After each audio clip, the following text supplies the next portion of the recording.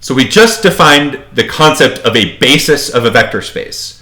A list of vectors is a basis of a vector space if it spans the vector space and if it's linearly independent. Now that's the abstract definition, but the way we typically encounter vector spaces is as one of the four fundamental subspaces of a matrix. And probably one of the most important slides we'll do all semester is the slide where we conveyed this information. If you want to construct a basis for one of the four fundamental subspaces, here we have a few various strategies. For the column space, we could either look at the pivot columns of our matrix or the non-zero rows of the reduced row echelon form of the transpose. For the row space, we could do exactly the opposite. We transpose the matrix and look at those corresponding things. So we could look at the pivot columns of the transpose or the non-zero rows of the reduced row echelon form. And to find a basis of the null space, we look at the pivot solutions to AV equals 0. And for the left null space, or the null space of the transpose, we look at the pivot solutions to A transpose V equals the 0 vector.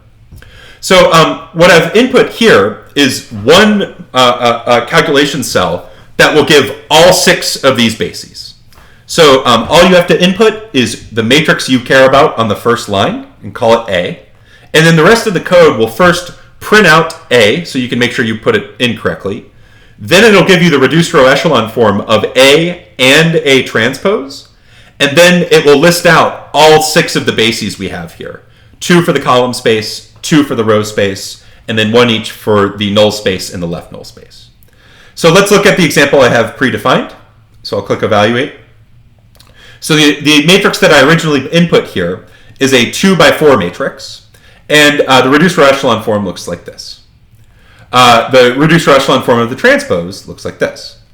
So for the column space, our first basis might be the pivot columns of our matrix. So remember, these are the original columns of the matrix that end up in pivot columns when we row reduce. So in this case, we're looking at the first 2 columns of our matrix, 1, 4, and -2, -9. The other strategy says we can look at the non-zero rows of the reduced row echelon form of the transpose. Well, in this case, that's 1, 0, 0, 1 here. So both of these are valid bases of the column space of our matrix. For the column space of the transpose, also known as the row space, we could either look at the pivot columns of A transpose. So those are the original columns of A transpose that end up in pivot positions. So here, the 2 columns of the reduced row echelon form of the transpose both have pivots in them. So really what we're looking at are the first 2 rows of A. That's one valid basis. Another valid basis are the non-zero rows of the reduced row echelon form of A. And that's the only 2 rows of A here. So that's a valid basis of the row space. For the null space, we want to look at the pivot solutions to AV equals 0. So here we row reduce A, and then write the dependent variables in terms of the free variables, and write the general solution to AV equals 0 as a linear combination of vectors.